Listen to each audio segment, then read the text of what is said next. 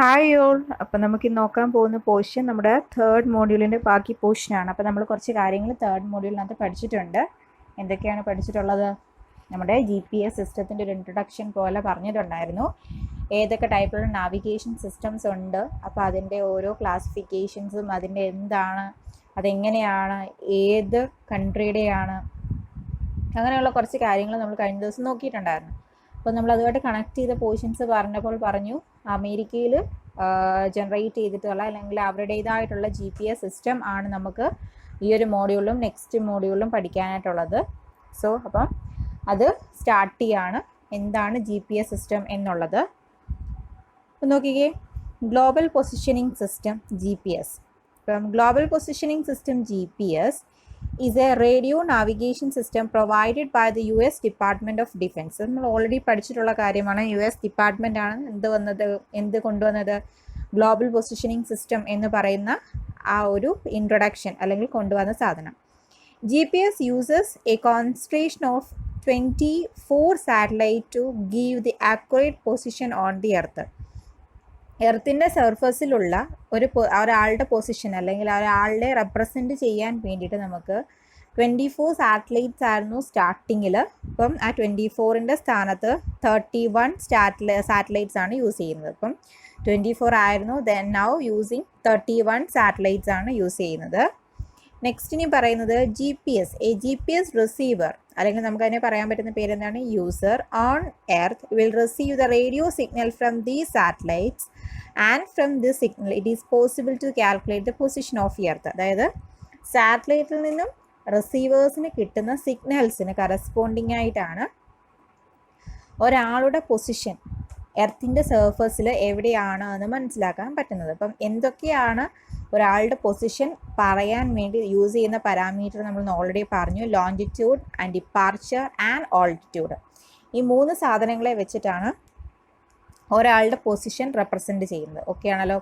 എന്താണ് global positioning system എന്ന് പറഞ്ഞത് മനസ്സിലായല്ലോ. അപ്പോൾ ഒരു നാവിഗേഷൻ സിസ്റ്റമാണ്. അത് ഇൻട്രൊഡ്യൂസ് ചെയ്തത് US ഡിഫൻസ് ഡിപ്പാർട്ട്മെൻറ്റ് ആണ്. 31 സാറ്റലൈറ്റ്സ് ആണുള്ളത്. പൊസിഷൻസ്, അതായത് എർത്തിൻ്റെ സർഫസിൽ ഒരാളുടെ പൊസിഷൻ മനസ്സിലാക്കാൻ വേണ്ടിയിട്ട് GPS റിസീവേഴ്സ് എന്ത് ചെയ്യുന്നു? സിഗ്നൽസ് കളക്ട് ചെയ്യുന്നു from the satellites. By using these receivers, we can find out the position of any person or any object on the Earth's surface. അപ്പോൾ അതാണ് പറഞ്ഞിരിക്കുന്നത് ഗ്ലോബൽ പൊസിഷനിങ് സിസ്റ്റം എന്ന് പറയുന്നത്. ഇനി advantages of GPS. What are the different advantages of GPS എന്ന് ചോദിക്കുമ്പം എന്താണ്? Relatively high positioning accuracy. അതായത് ഈ GPS-ൻ്റെ അഡ്വാൻറ്റേജസ് എന്ന് പറയുന്നത് നമ്മൾ കുറേ നാവിഗേഷൻ സിസ്റ്റംസ് പഠിച്ചിട്ടുണ്ട്. സോ ആ നാവിഗേഷൻ സിസ്റ്റത്തിൽ നിന്നും എല്ലാം എന്താണ് വേറിട്ട് നിൽക്കുന്നത്? GPS. അതാണ് അഡ്വാൻറ്റേജസ് എന്ന് പറയുന്നത്. അപ്പം റിലേറ്റീവ്ലി ഹൈ പൊസിഷൻ ആക്യുറസിയാണ്. Capable of determine the velocity and time. അപ്പോൾ വെലോസിറ്റി ആൻഡ് ടൈമിനെ ഡിപ്പെൻഡ് ചെയ്തിട്ടാണ് നമ്മൾ എന്ത് ചെയ്യുന്നത്? പൊസിഷൻ കാൽക്കുലേറ്റ് ഒക്കെ ചെയ്യുന്നത്. അപ്പം അത് നെക്സ്റ്റ് പറയാനുണ്ട്. So capable. അപ്പം GPS ആണ് എന്നുണ്ടെങ്കിൽ GPS-ന് എന്തുണ്ടായിരിക്കാം? Capable for determine the velocity and time. പിന്നെ എന്താണ്? Signal availability anywhere on globe around at ground, air and sea. എവിടെ വേണമെങ്കിലും നമുക്ക് സിഗ്നൽസ് കിട്ടും. നമുക്കൊരു ബൗണ്ടറി കണ്ടീഷൻസ് പറയാൻ പറ്റത്തില്ല. ഗ്ലോബിൻ്റെ അല്ലെങ്കിൽ ഏത് സൈഡിൽ വേണമെന്നുണ്ടെങ്കിൽ നമുക്ക്, അതായത് അതാണ് പറയുന്നത്, ഗ്രൗണ്ട് സർഫസ് ആകാം, എയർ സർഫസ് ആകാം, സീ ആകാം. ദെൻ നോ യൂസർ ചാർജസ് ഒന്നുമില്ല. ഓൾ വെതർ സിസ്റ്റംസ് നമ്മൾ കഴിഞ്ഞ തവണ നോക്കിയ പോർഷൻസ് ആണ്. All weather system and operational at all 24 hours. 24 hours ഇത് ഓപ്പറേഷൻ ആയിരിക്കും. And position information is 3 dimensional. അപ്പോൾ എന്തൊക്കെയാണ് കിട്ടുന്നതെന്നാണ് പറയുന്നത്? ഹൊറിസോണ്ടൽ, പിന്നെ എന്താണ് latitude and longitude and vertical, elevation അല്ലെങ്കിൽ ഓൾട്ടിറ്റ്യൂഡ്. ഇനി നമ്മൾ നെക്സ്റ്റ് ഇനി പറയാൻ പോകുന്നത് ജസ്റ്റ് അതൊരു റിമൈൻഡർ പോർഷൻ ആയിരുന്നു. സോ നെക്സ്റ്റ് ഇനി മെയിനായിട്ട് നമുക്ക് നോക്കാനുള്ളത് what are the different components of GPS. അപ്പോൾ GPS-ൻ്റെ ഡിഫറെൻറ്റ് കമ്പോണൻസ് ആണ്. GPS-ൻ്റെ മെയിൻ 3 കമ്പോണൻസ് എന്ന് പറയുന്നത് space segment, control segment and user segment. അപ്പോൾ അതിനെ പറ്റിയിട്ടാണ് പറയാനുള്ളത്. അതാണ് ഇവിടെ ഒരു 3 സെഗ്മെൻറ്റ്സിനെ കണക്ട് ചെയ്തിട്ട് ഒരു GPS-ൻ്റെ ഫിഗർ കാണിച്ചിട്ടുണ്ട്. സ്പേസ് സെഗ്മെൻറ്റ്സ് അത് ജസ്റ്റ് ഒരു ജനറലി കഴിഞ്ഞ ക്ലാസ്സിൽ പറഞ്ഞതാണ്. What you mean by space segments എന്ന് പറയുമ്പോൾ ഇറ്റ്സ് സാറ്റലൈറ്റ്സ്. അപ്പം സാറ്റലൈറ്റ്സിനെയാണ് സ്പേസ് സെഗ്മെൻറ്റ്സ് എന്ന് പറയുന്നത്. പിന്നെ എന്താണ് മാസ്റ്റർ സ്റ്റേഷൻസ് ഉണ്ട്, ഗ്രൗണ്ട് ആൻറ്റിനാസ് ഉണ്ട്, മോണിറ്റർ സ്റ്റേഷൻസ് ഉണ്ട്, യൂസർ സെഗ്മെൻറ്റ്സ് ഉണ്ട്. അപ്പോൾ ഇത്രയും കാര്യങ്ങൾ ചേർന്നിട്ടാണ് എന്തെന്ന് പറയുന്നത് GPS എന്ന് പറയുന്നത്. ഓക്കെയാണല്ലോ. അപ്പം സ്പേസിൽ നിന്ന് അല്ലെങ്കിൽ സ്പേസിലുള്ള സ്പേസ് സെഗ്മെൻറ്റ്സിൽ നിന്നും എന്ത് ചെയ്യുന്നു, സിഗ്നൽ മാസ്റ്റർ സ്റ്റേഷനിലേക്ക് പോകുന്നുണ്ട്. ദെൻ അതേപോലെ തന്നെ മാസ്റ്റർ സ്റ്റേഷനിൽ നിന്ന് മോണിറ്റർ ആൻറ്റിനാസിലേക്ക് പോകുന്നുണ്ട്. ദെൻ മാസ്റ്റർ സ്റ്റേഷൻ അതൊന്ന് ഗ്രൗണ്ട് ആൻറ്റിനാസിലേക്ക് പോകുന്നുണ്ട്. പിന്നെ എന്താണ്, സാറ്റലൈറ്റ്സിൽ നിന്നും നമുക്ക് എന്ത് ചെയ്യുന്നു, യൂസർ സെഗ്മെൻറ്റ്സിലേക്ക് പോകുന്നുണ്ട്. മനസ്സിലായപ്പം ഈ ഒരു സിഗ്നൽസിൻ്റെ അല്ലെങ്കിൽ റൂട്ടൊന്നും ജസ്റ്റ് നോക്കിയേക്കുക. യൂസർ സെഗ്മെൻറ്റ്സിന് സാറ്റലൈറ്റ്സിൽ നിന്നും ഡയറക്റ്റ് കണക്ഷൻസ് ആണുള്ളത്. കൺട്രോൾ സെഗ്മെൻറ്റ്സുമായിട്ടോ മോണിറ്റർ സ്റ്റേഷനായിട്ടോ ഗ്രൗണ്ട് ആൻറ്റിനാസുമായിട്ടോ ഡയറക്റ്റ് കണക്ഷൻസ് ഒന്നും ഇല്ല. അപ്പോൾ നമുക്ക് എങ്ങനെയാണ് ഇത് വർക്ക് ചെയ്യുന്നത്, ഏതൊക്കെ പ്രൊസീജിയറുമായിട്ടാണ് വർക്ക് ചെയ്യുന്നുള്ളത് നമുക്ക് ഡീറ്റെയിൽ ആയിട്ട് നോക്കാം. The first one, the space segments. It consists of GPS satellites constellation which allows determining the position, velocity and time. അപ്പോൾ നമ്മൾ GPS-ൻ്റെ സാറ്റലൈറ്റ് സിസ്റ്റം, അതായത് നമ്മുടെ GPS എന്ന് പറയുന്ന നാവിഗേഷൻ സിസ്റ്റത്തിനകത്തെ സ്പേസ് സെഗ്മെൻറ്റ്സ് എന്ന് പറയുന്നത് കഴിഞ്ഞാൽ എന്താണ്, സാറ്റലൈറ്റ്സ് ആണ്.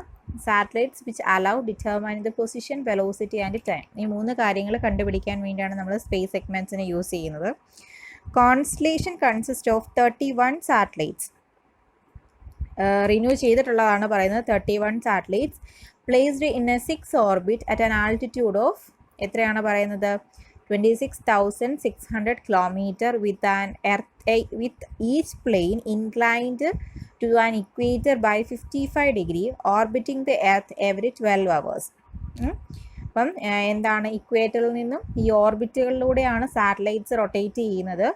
അപ്പം റൊട്ടേറ്റ് ചെയ്യുന്ന ആ ഓർബിറ്റിൻ്റെ ഇൻക്ലിനേഷൻ എത്രയാണ് പറയുന്നത്, ഇറ്റ്സ് 55 ഡിഗ്രി. 55 ഇൻക്ലിനേഷനിലാണ് നമ്മളിത് റൊട്ടേറ്റ് ചെയ്യുന്നത്. അതേപോലെ തന്നെ 6 ഓർബിറ്റ് ഉണ്ടാകും. ആ 6 ഓർബിറ്റ് എന്ന് പറയുന്നതിനകത്തും എന്താണ്, 4 സാറ്റലൈറ്റ്സിനെ വെച്ചിട്ടായിരിക്കും കണക്ട് ചെയ്തിരിക്കുന്നത്.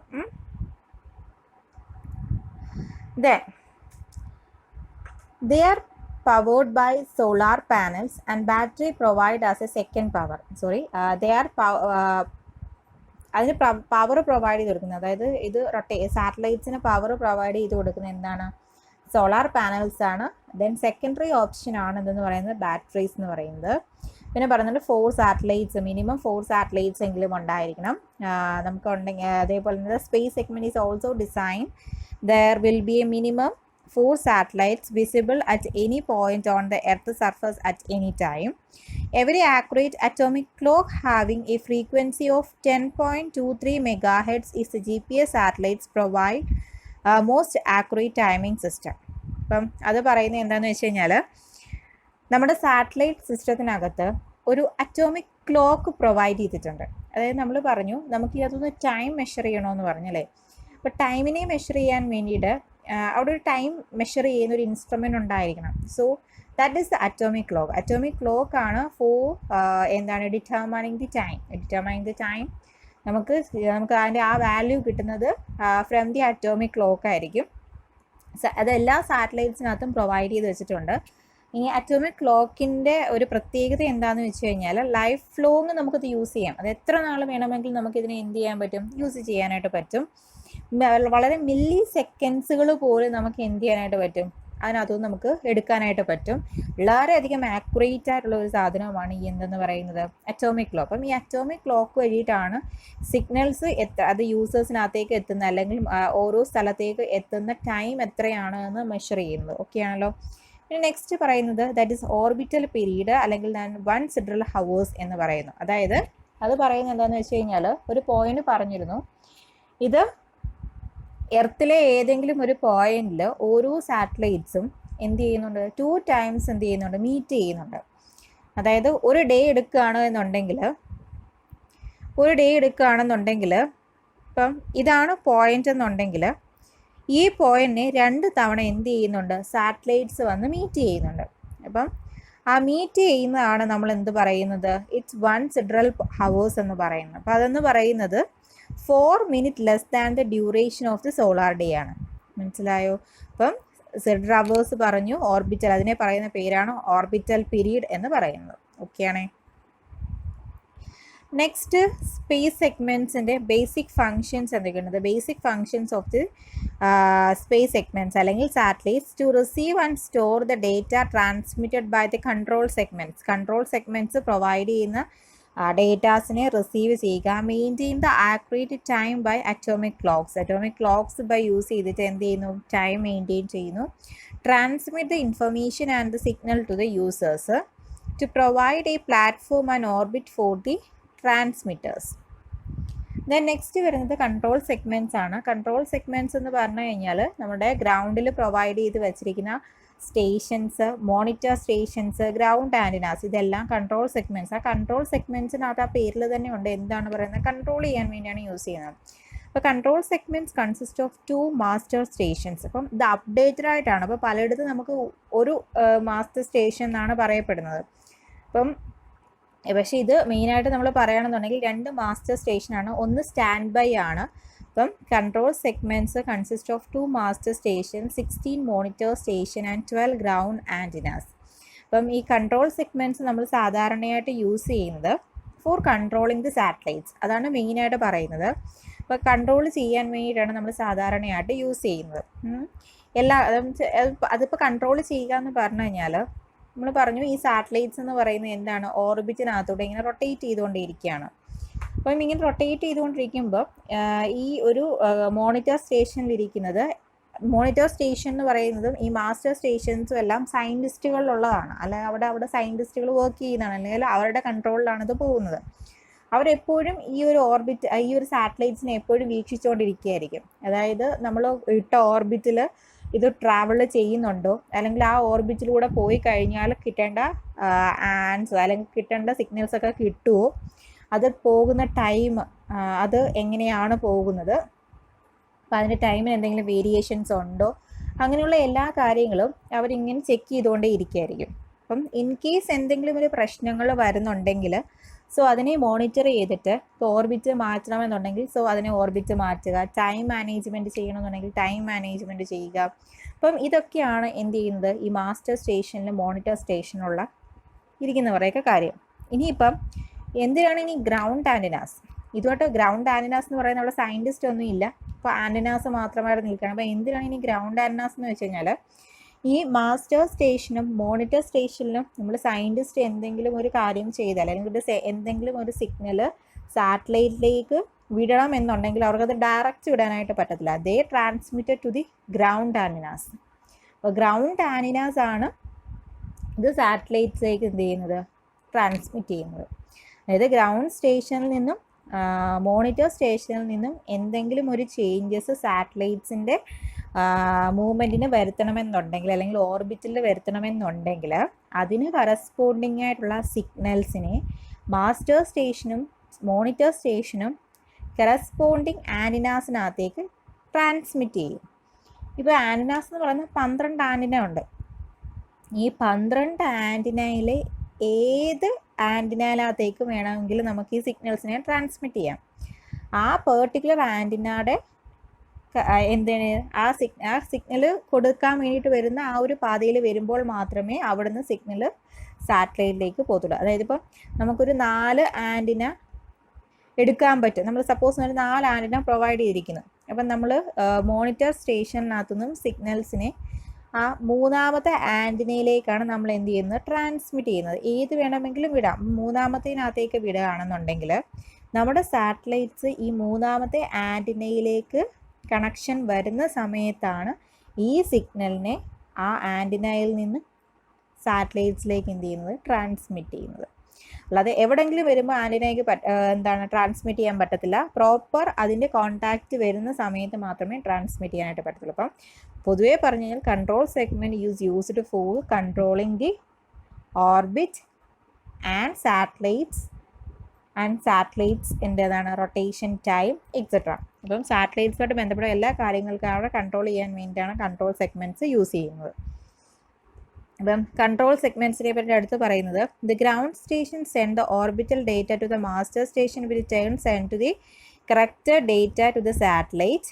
The corrected and exact position data is called ephemeris എന്ന് പറഞ്ഞാൽ അത് ഉദ്ദേശിക്കുന്നത് എന്താണെന്ന് വെച്ച് കഴിഞ്ഞാൽ നമ്മുടെ സാറ്റലൈറ്റ്സുമായിട്ട് ബന്ധപ്പെട്ട അല്ലെങ്കിൽ സാറ്റലൈറ്റ്സിൻ്റെ ടൈം, സാറ്റലൈറ്റ്സിൻ്റെ പൊസിഷന്, ഇങ്ങനെ സാറ്റലൈറ്റ്സുമായിട്ട് ബന്ധപ്പെട്ട എന്തെങ്കിലും ഒരു കാര്യങ്ങളെ ചേഞ്ച് അതിനെ പറയുന്ന പേരാണ് എഫ്മെറിസ് എന്ന് പറയുന്നത്. ആ ടേം കൊണ്ട് റെപ്രസെൻ്റ് ചെയ്യുന്ന അതാണ്. സോ അതിനെ ട്രാൻസ്മിറ്റ് ചെയ്യുന്നതിനെ പറയുന്നതാണ്. അതേപോലെ തന്നെ മാസ്റ്റർ സ്റ്റേഷൻ പറഞ്ഞ് 2 മാസ്റ്റർ സ്റ്റേഷനുണ്ട്. അതിനകത്ത് ഒരെണ്ണം സ്റ്റാൻഡ് ബൈ സ്റ്റേഷനാണ്. ആ മാസ്റ്റർ സ്റ്റേഷൻ എന്ന് പറയുന്നത് GPS എന്ന് പറയുന്നത് it's under US defence department ആയതുകൊണ്ട് തന്നെ അതിൻ്റെ master station stand by station എന്ന് പറയുന്നത് കൊളറാഡോയിലായിരിക്കും USA ഓക്കെ ആണല്ലോ. അപ്പം ഈ ഇൻഫർമേഷൻസിനെ എല്ലാം നമുക്ക് ട്രാൻസ്മിറ്റ് ചെയ്യാൻ വേണ്ടിയിട്ടാണ് നമ്മൾ കൺട്രോൾ സെഗ്മെൻറ്റ്സ് യൂസ് ചെയ്യുന്നത്. അപ്പം ഈ പറഞ്ഞ കാര്യങ്ങളെല്ലാം അത് തന്നെയാണ്. The master station compute the clock corrections derived from about the 1 week tracking information is collected from the 5 monitoring stations around the world. It is also initiate the satellites repositioning when necessary. അതായത് പറയുന്നത് എന്താണെന്ന് വെച്ച് കഴിഞ്ഞാൽ ഇപ്പം നമുക്ക് 16 monitor station ഉണ്ടല്ലേ. അപ്പം 16 monitoring station എന്ന് ഉദ്ദേശിക്കുന്നത് എന്താണെന്ന് വെച്ച് കഴിഞ്ഞാൽ ഇപ്പം ഇതൊരു സ്റ്റേഷൻ, ഇങ്ങനെ 16 മോണിറ്ററിങ് സ്റ്റേഷൻ നമ്മളുടെ വേൾഡിൽ പല ഭാഗത്തായിട്ടുണ്ടാവും. അപ്പം നമ്മുടെ സാറ്റലൈറ്റ്സ് എന്ന് പറയുന്നത്, ഇപ്പം ഇതാണ് സാറ്റലൈറ്റ്സ് എന്നുണ്ടെങ്കിൽ ഈ സാറ്റലൈറ്റ്സ് എന്ന് പറയുന്നത് ഈ എല്ലാ 16 സ്റ്റേഷൻസിനെയും കവർ ചെയ്തിട്ടായിരിക്കും തിരിച്ച് ഇത് എവിടെ നിന്നാണോ സ്റ്റാർട്ട് ചെയ്യുന്നത് അവിടെ തിരിച്ചെത്തുന്നത്. ഇപ്പം ഇവിടെ നിന്നാണ് ഈ സാറ്റലൈറ്റ്സ് റൊട്ടേറ്റ് ചെയ്യാൻ സ്റ്റാർട്ട് ചെയ്യുന്നുണ്ടെങ്കിൽ ഇതെന്നാ പറഞ്ഞു 2 തവണ ഈ പോയിന്റിനെ എന്ത് ചെയ്യും, കവർ ചെയ്യുമെന്ന് പറഞ്ഞു. അപ്പം ഈ സാറ്റലൈറ്റ്സ് ഇവിടുന്ന് ട്രാവൽ ചെയ്യുന്നുണ്ട്, ഇതാണ് അതിൻ്റെ പാത്ത്. ദെൻ ഈ പാത്ത് വഴി എന്ത് ചെയ്യുന്നു, തിരിച്ച് ഇവിടെ തന്നെ വന്ന് എത്തിച്ചേരുന്നു. അപ്പോൾ ഇവിടെ വന്ന് എത്തിച്ചേരുന്ന ആ നിമിഷം അല്ലെങ്കിൽ അത്രയും സമയവും ഓരോ സ്റ്റേഷൻസിലും എന്ത് ചെയ്യുന്നുണ്ട്, ഡേറ്റാസ് കൊടുത്തിട്ടാണ് എന്ത് ചെയ്യുന്നത്, ഇത് പഴയ സ്ഥാനത്ത് തന്നെ തിരിച്ചെത്തുന്നത്. അതായത് ഈ സാറ്റലൈറ്റ്സ് ഈ ഒരു സ്റ്റേഷൻ്റെ മുകളിലെത്തുമ്പോൾ എന്ത് ചെയ്യും, ആവശ്യമുള്ള ഡേറ്റാസും അല്ലെങ്കിൽ ഇത് അതിൻ്റെ ഓർബിറ്റൽ അത് കറക്റ്റ് ഓർബിറ്റലാണോ, എന്തെങ്കിലും പ്രശ്നമുണ്ടോ, സ്പീഡിന് എന്തെങ്കിലും പ്രശ്നമുണ്ടോ എന്നുള്ളത് എന്ത് ചെയ്യും, ഈ സ്റ്റേഷൻ ചെക്ക് ചെയ്യും. അപ്പോൾ എന്ത് ചെയ്യും, നെക്സ്റ്റ് ഇനി ഇവിടുന്ന് മൂവ് ചെയ്യും, അടുത്ത ഏത് സ്റ്റേഷൻ്റെ മുകളിൽ വരും, രണ്ടാമത്തെ സ്റ്റേഷൻ്റെ ടോപ്പിൽ വരും. രണ്ടാമത്തെ സ്റ്റേഷൻ്റെ ടോപ്പിൽ വരുമ്പോൾ അവിടെയും എന്തുണ്ട്, സ്റ്റേഷനുണ്ട്. അവിടെയും എന്ത് ചെയ്യും, ചെക്ക് ചെയ്യും ഇതിൻ്റെ സാറ്റലൈറ്റ്സിൻ്റെ മൂവ്മെൻറ്റ്, സാറ്റലൈറ്റ്സിൻ്റെ സ്പീഡ്, അതിൻ്റെ ഓർബിറ്റൽ, അങ്ങനെയുള്ള കാര്യങ്ങളുമെല്ലാം അവിടെയും ചെക്ക് ചെയ്യും. ദെൻ അവിടുന്ന് അടുത്ത സ്റ്റേഷനിലേക്ക് പോകും, അവിടുത്തെ സ്റ്റേഷന് മുകളിൽ വരും, അവിടെ ഇതൊക്കെ ചെയ്യും. അങ്ങനെ 16 സ്റ്റേഷനിലും ഇതെന്ത് ചെയ്യും, കാര്യങ്ങൾ ചെക്ക് ചെയ്തതിന് ശേഷമാണ് അതിൻ്റെ ഒറിജിനൽ പൊസിഷൻ അല്ലെങ്കിൽ എവിടെ നിന്നാണോ അതിൻ്റെ ട്രാവലിംഗ് സ്റ്റാർട്ട് ചെയ്ത് അവിടെ തന്നെ തിരിച്ചെത്തുന്നത്. അപ്പം ഒരു സാറ്റലൈറ്റ്, നമുക്ക് 31 സാറ്റലൈറ്റ്സ് ഉണ്ട്. അതിനകത്ത് ഒരു സാറ്റലൈറ്റ്സ് തന്നെ ഈ 16 ഇടത്തും ഇൻഫർമേഷൻസ് പാസ് ചെയ്തിട്ടാണ് വരുന്നത്. അത് 12 മണിക്കൂർ കൊണ്ടാണ് എന്ത് ചെയ്യുന്നത്, ഈ 16 സ്റ്റേഷനിലും ഇൻഫർമേഷൻസ് കൊടുത്തിട്ട് വരുന്നത്. നമുക്ക് മൊത്തത്തിൽ 2 തവണ ഈ ഒരു പൊസിഷനെ ഒരു ദിവസം എന്ത് ചെയ്യും, പാസ് ചെയ്യുമെന്ന് പറഞ്ഞു സാറ്റലൈറ്റ്സ്. അപ്പം മൊത്തത്തിലായി 24. അപ്പം ഒരു സാറ്റലൈറ്റ് തന്നെ എത്ര ചെയ്യും, 16 ആദ്യം കൊടുക്കും, നെക്സ്റ്റ് 16 അടുത്ത റൊട്ടേഷനിൽ കൊടുക്കും. അപ്പം മൊത്തത്തിൽ എത്ര വരും, 16 + 16 32 സെറ്റ് ഓഫ് ഇൻഫർമേഷൻസ് ഓരോ സ്റ്റേഷനിലും എന്ത് ചെയ്യും, കവർ ചെയ്യുമ്പോൾ കിട്ടും. അതും ഒരു സാറ്റലൈറ്റ്സിന്. മൊത്തത്തിൽ ഇങ്ങനെ പറയാം, ഒരു സാറ്റലൈറ്റ്സ് റൊട്ടേറ്റ് ചെയ്യുന്ന ഒരു സാറ്റലൈറ്റ്സ് എല്ലാ സ്റ്റേഷനകത്തും കൂടെ 32 സെറ്റ് ഓഫ് ഇൻഫർമേഷൻസിനെ പാസ് ചെയ്തിട്ടാണ് ഏതെങ്കിലും ഒരു പോയിന്റിനെ 2 ടൈംസ് റൊട്ടേറ്റ് ചെയ്യുന്നത്. അതാണ് പറയുന്നത്. ഓക്കെ, അതാണ് പറഞ്ഞേക്കുന്നത്. സെറ്റ് ഓഫ് ഇൻഫർമേഷൻസ് ഓരോ മോണിറ്ററിങ് സ്റ്റേഷനിലും കൊടുത്തിട്ടാണ് പോകുന്നത്. അപ്പോൾ മോണിറ്ററിങ് സ്റ്റേഷൻസ് ലൊക്കേറ്റ് ചെയ്യുന്ന സ്ഥലങ്ങളാണ് അടുത്തത് പറഞ്ഞേക്കുന്നത്. ഇതൊക്കെ എൻ്റെ മോണിറ്ററിങ് സ്റ്റേഷൻസ്. അപ്പോൾ പ്രധാനപ്പെട്ട ഒരു 6 കാര്യമാണ് പറഞ്ഞേക്കുന്നത്. അത് എക്സ്റ്റെൻഡ് ചെയ്തിട്ടുണ്ട് ഇപ്പം അതിൻ്റെ ആ ഒരു സ്ഥലങ്ങൾ കാണിക്കുന്ന ഒരു 6 സ്ഥലങ്ങൾ, മേജറായിട്ടുള്ള 6 സ്ഥലങ്ങൾ കാണിക്കുന്ന ഫിഗറാണ് ഈ കാണിച്ചേക്കുന്നത്. നെക്സ്റ്റ് എന്ന് പറയുന്നത് യൂസർ സെഗ്മെൻറ്റ്സ്. അപ്പോൾ യൂസർ സെഗ്മെൻറ്റ്സ് എന്ന് പറഞ്ഞു കഴിഞ്ഞാൽ User segments consist of GPS receiver used to receive the signal for the determination of the position and time. User segments എന്ന് പറയുന്നത് നമ്മളൊരു സെഗ്മെൻറ്റാണ്, നമ്മൾ യൂസേഴ്സാണ്. അപ്പോൾ നമ്മളുടെ കയ്യിൽ ഇരിക്കുന്നൊരു ഹാൻഡ് ടൂൾ അല്ലെങ്കിൽ നമ്മുടെ കയ്യിൽ ഇരിക്കുന്നൊരു മൊബൈൽ, ഇതൊക്കെയാകാം നമ്മളുടെ പൊസിഷൻസിനെ നമ്മൾ ഡിറ്റർമിൻ ചെയ്യാനായിട്ട് യൂസർ സെഗ്മെൻറ്റ്സ് ആയിട്ട് യൂസ് ചെയ്യുന്നത്. The typical application within the user segments are the land navigation, marine navigation, aerial navigation and surveying. GPS has variety of application on land, sea and air. Application ആണ് പറയുന്നത് user segments ആണ്. അപ്പോൾ user segments എന്ന് പറയുന്നതിനകത്ത് software എന്ന് പറഞ്ഞപ്പോൾ ഒരു പോർഷനുണ്ട്. Software എന്ന് പറയുന്ന പോർഷൻ എന്ന് പറഞ്ഞാൽ എക്സാമ്പിളായിട്ട് നമുക്ക് പറയാമെന്നുണ്ടെങ്കിൽ ഇപ്പം നമ്മളൊരു ടി വിക്ക് എന്തുണ്ട്, ആൻറ്റിന ഉണ്ട് അല്ലേ. അപ്പം ആൻറ്റിന ഏത് സിഗ്നലിനെ കളക്ട് ചെയ്താലാണ് നമ്മളുടെ ടി വി വർക്ക് ആകുന്നതെന്നുള്ളതുണ്ട്. അപ്പം ഏത് സിഗ്നലിനെ ആൻറ്റിന റിസീവ് ചെയ്യണം എന്നുള്ളത് അതിനകത്ത് പ്രോഗ്രാം ചെയ്ത് വെച്ചിട്ടുണ്ട്. ആ സിഗ്നലിനെ മാത്രമേ എന്ത് ചെയ്തിട്ടുള്ളൂ, അത് റിസീവ് ചെയ്യുള്ളൂ. എങ്കിൽ മാത്രമേ എന്ത് ചെയ്യത്തുള്ളൂ, നമ്മുടെ ടി വി വർക്ക് ആകത്തുള്ളൂ. അതേപോലെ തന്നെയാണ് നമ്മളുടെ യൂസർ സെഗ്മെൻറ്റ്സിനകത്ത് ചെയ്തു വെച്ചിട്ടുണ്ട്, സോഫ്റ്റ്വെയർ ഇൻസ്റ്റാൾ ചെയ്ത് വെച്ചിട്ടുണ്ട്. ഇന്ന സിഗ്നൽസിനെ മാത്രമേ എന്ത് ചെയ്യാൻ പറ്റത്തുള്ളൂ, കളക്ട് ചെയ്തെങ്കിൽ മാത്രമേ നമുക്ക് നമ്മുടെ എർത്തിൻ്റെ അല്ലെങ്കിൽ നമ്മുടെ ഗ്ലോബിന് മുകളിലുള്ള നമ്മുടെ പൊസിഷനെ നമുക്ക് കറക്റ്റ് ചെയ്യാനായിട്ട് പറ്റുള്ളൂ. അപ്പോൾ നമുക്ക് യൂസർ സെഗ്മെൻറ്റ്സിൻ്റെ സോഫ്റ്റ്വെയർ ഫീൽഡും ഉണ്ട്, അതല്ലാതെ നമ്മുടെ ഹാൻഡ് ടൂളായിട്ട് അല്ലെങ്കിൽ അതിൻ്റെ എന്താണ് ഡിവൈസ് സിസ്റ്റവും ഉണ്ട്. ഇൻപുട്ടും ഔട്ട്പുട്ടും ഉണ്ട്, അതായത് ഇൻപുട്ട് ഔട്ട്പുട്ട് എന്നല്ല, സോഫ്റ്റ്വെയറും ഉണ്ട്, അതേപോലെ തന്നെ ഒരു ഡിവൈസ് എന്ന് പറയുന്ന സാധനം. ഈ രണ്ടും കൂടെ ചേർന്നാണ് ഇതെന്ന് പറയുന്നത് യൂസർ സെഗ്മെൻറ്റ്. അത് ഡിവൈസ് എന്ന് പറയുന്നതാണ് ഒന്നെങ്കിൽ നമ്മുടെ ഫോൺ, അല്ലെങ്കിൽ നമ്മുടെ ഏതെങ്കിലും ഒരു എന്താണ് കാറിൽ ഓപ്പറേറ്റ് ചെയ്യുന്ന ഡിവൈസ് ആകാം, ഹാൻഡ് ടൂൾ ആകാം, എന്താണെങ്കിലും. അതേസമയം അതിനകത്ത് യൂസ് ചെയ്യുന്ന സോഫ്റ്റ്വെയർ ആണ് സോഫ്റ്റ്വെയർ സെഗ്മെൻറ്റ് എന്ന് പറയുന്നത്. യൂസറിൻ്റെ തന്നെ സോഫ്റ്റ്വെയർ സെഗ്മെൻറ്റ് എന്ന് പറയുന്നത്. അപ്പം ഇത് അതിൻ്റെ ഒരു ഫിഗർ കാണിച്ചിരിക്കുന്നതാണ്. സ്പേസ് സെഗ്മെൻറ്റ്സ് ഉണ്ട്, ദെൻ അവിടെ എന്താണ് മാസ്റ്റർ കൺട്രോൾ സ്റ്റേഷൻ ഉണ്ട്, ദെൻ മോണിറ്റർ സ്റ്റേഷൻസ് ഉണ്ട്, അതേപോലെ തന്നെ ഗ്രൗണ്ട് ആൻറ്റിനാസ് ഉണ്ട്. ഇപ്പോൾ നോക്കിക്കഴിഞ്ഞാൽ അറിയാം എന്താണ് സിഗ്നൽസ്. അപ്പം സ്പേസ് സെഗ്മെൻറ്റ്സിനകത്തുനിന്ന് എന്ത് ചെയ്യുന്നു, സിഗ്നൽസ് മെയിൻ സ്റ്റേഷനകത്തേക്ക് വരുന്നുണ്ട്. ദെൻ അവിടെ നിന്ന് എന്താണ് കമ്മ്യൂണിക്കേഷൻ നെറ്റ്വർക്ക്, ദെൻ അതുവഴി മാസ്റ്റർ കൺട്രോൾ സ്റ്റേഷൻസ്, ദെൻ അവിടെ നിന്നും ഗ്രൗണ്ട് ആൻറ്റിനാസ് ടു എവിടെ നിന്നാണ് സ്പേസ് സെഗ്മെൻറ്റ്സിലേക്ക് കാര്യങ്ങൾ പോകുന്നുണ്ട്. ദെൻ ഇതെന്ത് ചെയ്യുന്നു, യൂസർ സെഗ്മെൻറ്റ്സിലേക്ക് എത്തിച്ചേരുന്നു. ഇതാണ് ചെയ്യുന്നത്. ഇനി what is the working principle of GPS? ഇപ്പം GPS എങ്ങനെയാണ് വർക്ക് ചെയ്യുന്നത്? GPS വർക്ക് ചെയ്യുന്ന പ്രിൻസിപ്പിളാണ് ട്രൈലാറ്ററൈസേഷൻ. അപ്പോൾ ഇത് എന്താണ് ഈ പറയുന്നത്? That is determining the absolute and relative location of point based on the distance of at least 3 known positions. അപ്പോൾ ഇതിങ്ങനെ പറഞ്ഞു കഴിഞ്ഞാൽ എന്താണ് ട്രൈലാറ്ററേഷൻ എന്ന് പറയാനായിട്ട് പറ്റത്തില്ല. സോ നമുക്കത് ഫിഗർ വെച്ചിട്ട് എക്സ്പ്ലെയിൻ ചെയ്യാം. അപ്പം അതിനകത്ത് അറിഞ്ഞിരിക്കേണ്ട ഒരു കേസ് എന്ന് പറഞ്ഞു കഴിഞ്ഞാൽ സാറ്റലൈറ്റ് റേഞ്ചിങ്.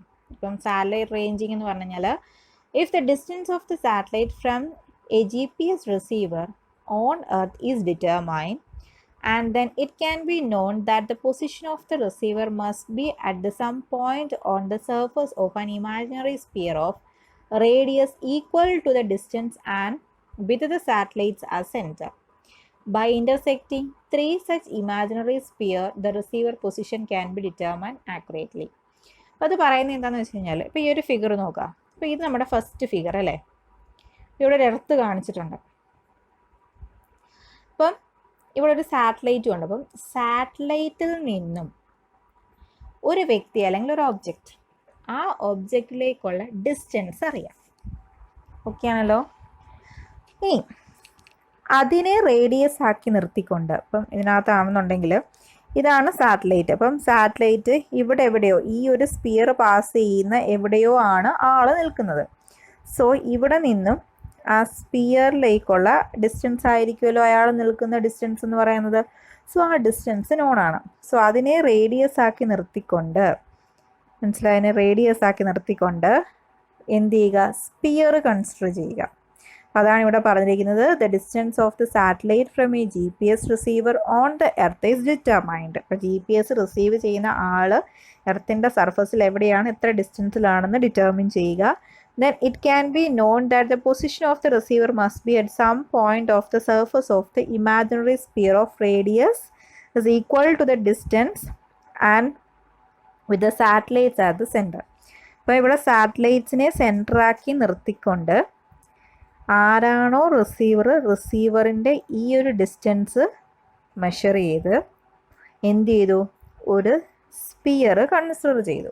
അപ്പോൾ ഈ സ്പിയറിനകത്തെ ഏതെങ്കിലും ഒരു പോയിന്റിലായിരിക്കും റിസീവർ ഇരിക്കുന്നത്. അത് എക്സാക്റ്റ് ലൊക്കേഷൻ അറിയില്ല, പക്ഷേ ഇത്ര ഡിസ്റ്റൻസിലാണെന്നുള്ളത് അറിയാം. ആ ഡിസ്റ്റൻസ് ആണ് ഇവിടെ എടുത്തത്. അതല്ലാതെ ഈ ഡിസ്റ്റൻസ് ഇവിടം വരെ വന്നതുകൊണ്ട് ഇവിടെയാണ് ആൾ നിൽക്കുന്നതെന്നല്ല, ഈ സ്പിയറിൻ്റെ എവിടെയോ ആണ് നിൽക്കുന്നത്. അപ്പോൾ ആ നിൽക്കുന്ന ഡിസ്റ്റൻസ് നമ്മൾ റേഡിയസ് ആക്കി നിർത്തിക്കൊണ്ട് എന്ത് ചെയ്തു, ഒരു സ്പിയർ കൺസിഡർ ചെയ്തു. ഇനി അടുത്ത് എന്ത് ചെയ്യുക, അതേപോലെ തന്നെ സെക്കൻഡ് സാറ്റലൈറ്റ്, ഇപ്പോൾ ഫസ്റ്റ് സാറ്റലൈറ്റ്സിൻ്റെ സ്പിയർ, ഇമാജിനറി സ്പിയർ അവിടെ നിൽപ്പുണ്ട്. ഇതേപോലെ തന്നെ സെക്കൻഡ് സാറ്റലൈറ്റ് ഉണ്ടാവുമല്ലോ. ആ സെക്കൻഡ് സാറ്റലൈറ്റിൽ നിന്നും, അപ്പോൾ ഇതാണ് സെക്കൻഡ് സാറ്റലൈറ്റ്സ്. അപ്പം സെക്കൻഡ് സാറ്റലൈറ്റിൻ്റെ സെൻറ്ററിൽ, അല്ലെങ്കിൽ സെക്കൻഡ് സാറ്റലൈറ്റിനെ സെൻറ്റർ ആക്കിക്കൊണ്ട് ആ സെക്കൻഡ് സാറ്റലൈറ്റിൽ നിന്നും ആൾ നിൽക്കുന്ന ഡിസ്റ്റൻസ് നമുക്കറിയാം. ആ ഡിസ്റ്റൻസ് മെഷർ ചെയ്ത് അതിനെ റേഡിയസ് ആക്കിക്കൊണ്ട് എന്ത് ചെയ്യുന്നു, അടുത്ത സ്പിയർ വരച്ചു. ഓക്കെ ആണല്ലോ. അപ്പം 2 സ്പിയർ ഇവിടെ നിൽപ്പുണ്ട്. അപ്പം ഈ 2 സ്പിയറും പാസ് ചെയ്ത് പോകുന്ന കോമൺ പോയിൻറ്റ്സ് ഉണ്ടോ എന്ന് നോക്കുക. അപ്പോൾ നോക്കിയപ്പോൾ തണ്ട് ഇവിടെ ഒരു കോമൺ പോയിൻ്റ് ഉണ്ട്, ഇവിടെ ഒരു കോമൺ പോയിൻ്റ് ഉണ്ട്. അപ്പോൾ ഒന്നുകിൽ ഇവിടെയാകാം യൂസർ നിൽക്കുന്നത്, അല്ലെങ്കിൽ ഇവിടെയാകാം യൂസർ നിൽക്കുന്നത്. അപ്പോൾ 2 എണ്ണമായിട്ട് മാറി. ഇനി എന്ത് ചെയ്തു, മൂന്നാമത്തെ സാറ്റലൈറ്റിൽ നിന്നും ആൾ നിൽക്കുന്ന പൊസിഷൻ വരെയുള്ള ഡിസ്റ്റൻസ് മെഷർ ചെയ്തു. ദെൻ അതിനെ റേഡിയസ് ആക്കിക്കൊണ്ട് എന്ത് ചെയ്തു, അടുത്ത സ്പിയർ വരച്ചു അല്ലേ. ഇനി ഈ 3 എണ്ണവും കൂടെ മീറ്റ് ചെയ്യുന്ന പോയിൻറ്റ്സുകൾ, 3 എണ്ണം കൂടെ മീറ്റ് ചെയ്യുന്ന പോയിൻറ്റ്സുകൾ നോക്കുക. അപ്പോൾ 3 എണ്ണം കൂടെ മീറ്റ് ചെയ്യുന്ന പോയിൻറ്റ്സുകൾ എത്ര എണ്ണം ഉണ്ടോ അത് നോക്കുക. അപ്പോൾ നമുക്ക് എന്താണ് മനസ്സിലാകുന്നത്, ആ 3 എണ്ണത്തിൽ 3 എണ്ണം ഉണ്ടെങ്കിൽ 3 എണ്ണവും കൂടെ ചേരുന്ന എവിടെയെങ്കിലും ഒരു പൊസിഷൻ ഉണ്ടാവും ഒന്ന് നോക്കുക. അപ്പോൾ നോക്കുകയാണെന്നുണ്ടെങ്കിൽ തന്നെ ഇവിടെ ഒരു പോയിൻ്റ് ഉണ്ട്, ഇവിടെ ഒരു പോയിൻ്റ് ഉണ്ട്, ദെൻ ഇവിടെ ഒരു പോയിൻ്റ് ഉണ്ട്. അപ്പോൾ ഇവിടെ എല്ലാം എന്ത് ചെയ്യുന്നുണ്ട്, 3 പോയിന്റിൽ ഏതെങ്കിലും ഒരിടത്താകാം യൂസർ നിൽക്കുന്നത്. ദെൻ അങ്ങനെ വരുമ്പോൾ അടുത്ത ഒരു സാറ്റലൈറ്റ്സും കൂടെ എന്ത് ചെയ്തു, കൺസിഡർ ചെയ്തു. ആ സാറ്റലൈറ്റ്സിൽ നിന്നും യൂസർ നിൽക്കുന്ന ഡിസ്റ്റൻസ് മെഷർ ചെയ്തു. ദെൻ ഒരു സ്പിയർ വരച്ചു. ദെൻ ഇപ്പം നമ്മൾ മൊത്തത്തിൽ എത്ര സ്പിയർ കൺസിഡർ ചെയ്തിട്ടുണ്ട്, ഇമാജിനറി സ്പിയർ 1 2 3 4. അപ്പം 4 എണ്ണം കൂടെ കൂട്ടിമുട്ടുന്ന പോയിന്റ്, 4 സ്പിയറും കൂടെ മീറ്റ് ചെയ്യുന്ന പോയിന്റ്. എന്താ, ഈ സ്പിയർ ഇവിടെ മീറ്റ് ചെയ്യുന്നുണ്ട്, ഈ സ്പിയർ ഇവിടെ മീറ്റ് ചെയ്യുന്നുണ്ട്, ദെൻ ഈ സ്പിയർ മീറ്റ് ചെയ്യുന്നുണ്ട്, ദെൻ ഈ സ്പിയർ. ഇപ്പോൾ എല്ലാം കൂടെ മീറ്റ് ചെയ്യുന്ന പോയിന്റ് എന്ന് പറയുന്നത് ദാണ്ട് ഇവിടെ റെഡ് കാണിച്ചിട്ടുണ്ട്, ഇവിടെയാണ്. സോ യൂസർ എക്സാക്റ്റ് ആയിട്ട് നിൽക്കുന്നത് എവിടെയാണ്, ഇവിടെയാണ്. അപ്പം അറ്റ്ലീസ്റ്റ് 3 സാറ്റലൈറ്റ്സിൻ്റെ എങ്കിലും ഡിസ്റ്റൻസ് വേണം. 2 സാറ്റലൈറ്റ്സിൻ്റെ എന്ത് ചെയ്യാൻ പറ്റത്തില്ല, 2 സാറ്റലൈറ്റ്സ് എന്നുള്ള ഡിസ്റ്റൻസ് മെഷർ ചെയ്ത് നമുക്കിത് ചെയ്യാനായിട്ട് പറ്റത്തില്ല. അറ്റ്ലീസ്റ്റ് 3 എണ്ണമെങ്കിലും വേണം. അതാണ് പറയുന്നത് by intersecting 3 such imaginary sphere. 3 imaginary sphere വേണമെന്നുണ്ടെങ്കിൽ 3 സാറ്റലൈറ്റ്സുകൾ വേണം, ഉണ്ടെങ്കിൽ മാത്രമേ എക്സാക്റ്റ് ആയിട്ട് കണ്ടുപിടിക്കാനായിട്ട് പറ്റത്തുള്ളൂ. ഇനി എങ്ങനെയാണ് ഇതിൻ്റെ പ്രിൻസിപ്പിൾ അല്ലെങ്കിൽ ഇത് വർക്ക് ചെയ്യുന്നത്? In order to calculate the distance to each satellite the following equation is used. In order to calculate the distance to each satellite, ഓരോ സാറ്റലൈറ്റിലേക്കുള്ള ഡിസ്റ്റൻസ് മെഷർ ചെയ്യുന്ന ഇക്വേഷൻ എന്ന് പറയുന്നത് distance equal to velocity into time. നമ്മൾ സാധാരണയായിട്ട് use ചെയ്യുന്നതാണ്. അപ്പം velocity എത്രയാണ്, അല്ലെങ്കിൽ അതേപോലെ തന്നെ ഡിസ്റ്റൻസ് എത്രയാണ് എന്നുള്ളത് കണ്ടുപിടിക്കാൻ വേണ്ടിയിട്ട് വെലോസിറ്റിയും കറസ്പോണ്ടിങ് ടൈമും മതി. അപ്പം ടൈം എന്ന് പറയുന്നത് ഓരോ സാറ്റലൈറ്റ്സിലും നമ്മൾ എന്ത് കൊടുത്തിട്ടുണ്ട്, ക്ലോക്ക് പ്രൊവൈഡ് ചെയ്തിട്ടുണ്ട്. സോ ആ ക്ലോക്കിനകത്തുനിന്നും എക്സാക്റ്റ് ആയിട്ട് നമുക്ക് ടൈം മെഷർ ചെയ്യാനായിട്ട് പറ്റും. പിന്നെ അത് velocity. The GPS signal traveled with a velocity approximately equal to the light. ലൈറ്റിൻ്റെ സെയിം വെലോസിറ്റിയിലാണ് എന്ത് ട്രാവൽ ചെയ്യുന്നത്, GPS സിഗ്നൽ ട്രാവൽ ചെയ്യുന്നത്. എത്രയാണ് ലൈറ്റിൻ്റെ വെലോസിറ്റി എന്ന് പറയുന്നത്? 3 × 10⁸ മീറ്റർ/സെക്കൻഡ്. അപ്പം അത്രയുമാണ് GPS സിഗ്നൽ ട്രാവൽ ചെയ്യുന്ന വെലോസിറ്റി. പിന്നെ ടൈം എന്ന് പറയുന്നത് നമുക്ക് കിട്ടുന്ന എന്താണ്, ക്ലോക്കിനകത്തുനിന്ന് ഓരോ സാറ്റലൈറ്റ്സിനകത്ത് നമ്മൾ ക്ലോക്ക് പ്രൊവൈഡ് ചെയ്തിട്ടുണ്ട്. സോ അതിനകത്തുനിന്ന് നമുക്ക് എക്സാക്റ്റ് ആയിട്ട് ടൈം കിട്ടും. സോ അതിനകത്തു നിന്ന് ഓരോ സാറ്റലൈറ്റും എത്ര ഡിസ്റ്റൻസിലാണ്, റിസീവറിൽ നിന്നും എത്ര ഡിസ്റ്റൻസ് ആണ് എന്നുള്ളത് നമുക്ക് മനസ്സിലാക്കാനായിട്ട് പറ്റും. The time is the time taken by the radio signal to travel from the satellite to the GPS receiver. അപ്പം എത്രമാത്രം സിഗ്നൽ GPS റിസീവറിൽ നിന്നും സാറ്റലൈറ്റിലേക്കുള്ള ഡിസ്റ്റൻസ്. അതായത് ഇതാണ് സാറ്റലൈറ്റ്, ഇവിടെയാണ് റിസീവർ എന്നുണ്ടെങ്കിൽ ഇവിടെ നിന്നും സിഗ്നൽ ഇതാണ് സിഗ്നൽ ട്രാവൽ ചെയ്യുന്നത്. അപ്പം ഈ ഡിസ്റ്റൻസ് ആണ് നമുക്ക് എന്ത് ചെയ്യേണ്ടത്, മെഷർ ചെയ്യേണ്ടത്. ആ ഡിസ്റ്റൻസ് മെഷർ ചെയ്യാനുള്ളതാണ് വെലോസിറ്റി. അപ്പം ഈ സിഗ്നലിൻ്റെ വെലോസിറ്റി എന്ന് പറയുന്നത് ഈ 3 × 10⁸ ആണ്. ഇനി ഇത് എത്ര ടൈമിലാണ് ഇത് ഈ ഒരു റിസീവറിലേക്ക് എത്തുന്നതെന്ന് അറിയാൻ വേണ്ടിയിട്ട് ഈ സാറ്റലൈറ്റിൽ എന്തുണ്ട്, ക്ലോക്ക് ഉണ്ട്. By using that clock. Okay ആണല്ലോ. ഇനി the distance of the satellite from the GPS receiver calculated by using the above equation is called satellite range. നമ്മൾ distance is equal to velocity into time എന്ന് ഉപയോഗിച്ചിട്ടുള്ള equation ഉപയോഗിച്ചിട്ട് നമ്മൾ distance calculate ചെയ്യുന്നതിനെ പറയുന്ന പേരാണ് ഇതെന്ന് പറയുന്നത് സാറ്റലൈറ്റ് റേഞ്ച് എന്ന് പറയുന്നത്. ഓക്കെ ആണല്ലോ. ഇനി നെക്സ്റ്റ് പറയാൻ പോകുന്നത് സാറ്റലൈറ്റ് സിഗ്നൽ സ്ട്രക്ചർ. അപ്പോൾ നമ്മൾ പറഞ്ഞു സാറ്റലൈറ്റിനകത്തുനിന്ന് സിഗ്നൽസ് പോകുന്നുണ്ട് എന്ന് പറഞ്ഞു അല്ലേ. അപ്പം ആ സിഗ്നൽസിനെ പറ്റിയിട്ട്, ആ സിഗ്നൽ സ്ട്രക്ചറിനെ പറ്റിയിട്ടാണ് ഇനി അടുത്തത് പറയാനായിട്ടുള്ളത്. അപ്പം നമുക്ക് എന്തൊക്കെ സിഗ്നൽസ് ആണ് മെയിനായിട്ടും സാറ്റലൈറ്റ്സിൽ നിന്നും ട്രാവൽ ചെയ്യുന്നതെന്നുള്ളത് നമുക്കറിയണം. ഓക്കെ ആണല്ലോ. ഓക്കെ, അപ്പം അതിന് വേണ്ടിയിട്ട് ഇത് സാറ്റലൈറ്റ്, ദെൻ ഇതെന്താണ്, മോണിറ്ററിങ് സ്റ്റേഷൻ, ദെൻ ഇവിടെ എന്താണ്, യൂസർ. അപ്പം ഇത്രയും കാര്യങ്ങൾ കാണിച്ചിട്ടുണ്ട്. ഇനി സാറ്റലൈറ്റിൽ നിന്നും മോണിറ്റർ സ്റ്റേഷനിലേക്കും സാറ്റലൈറ്റിൽ നിന്നും യൂസറിനകത്തേക്കും എത്തുന്ന സിഗ്നൽസിനെ പറയുന്ന പേരാണ് എൽ ബാൻഡ് സിഗ്നൽ എന്നാണ് പറയുന്നത്. അതായത് സാറ്റലൈറ്റിൽ നിന്നും മോണിറ്റർ സ്റ്റേഷനിലേക്കും സാറ്റലൈറ്റിൽ നിന്നും യൂസറിലേക്കും എത്തുന്നതിനെ എൽ ബാൻഡ് സിഗ്നൽസ് എന്നാണ് പറയുന്നത്. ഇനി യൂസറിൽ നിന്നും തിരിച്ച് ചെറിയൊരു മിസ്റ്റേക്ക് ഉണ്ട്. അപ്പം ഇത് സാറ്റലൈറ്റ്, ഇത് യൂസർ, ഇത് control stations.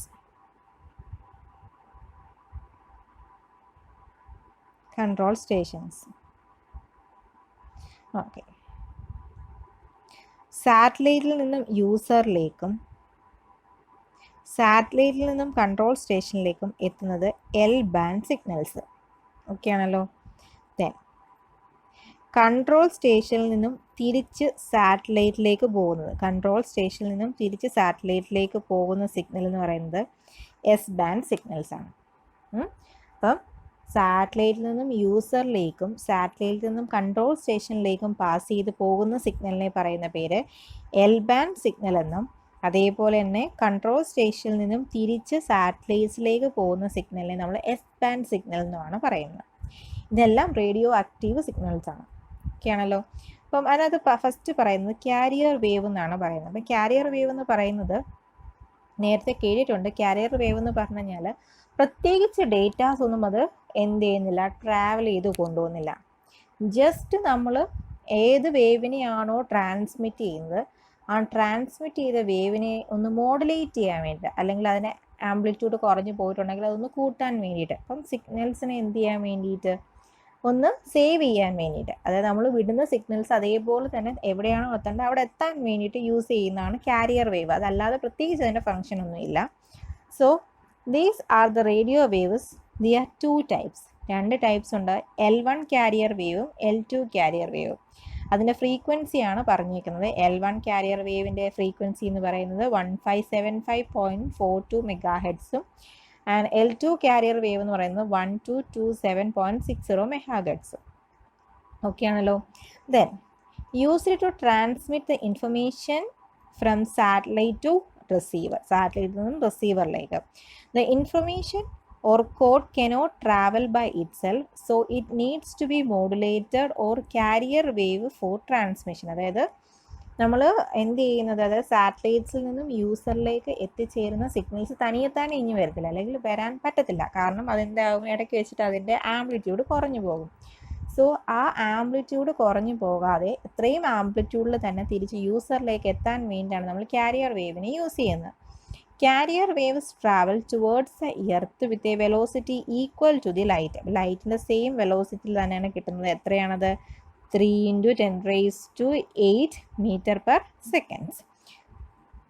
These radio waves are derived from the fundamental frequency. ഇപ്പം ഈ ഒരു L1 and L2 എന്ന് പറയുന്ന റേഡിയോ വേവ്സ് ഡിറൈവ് ചെയ്ത് വന്നത് എത്ര ഫ്രീക്വൻസിയാണ്? 10.23 MHz എന്ന് പറയുന്ന ഫ്രീക്വൻസിയിലാണ്, generated by the precise atomic clock. Then പിന്നെ പറയുന്നത് എന്താണ്?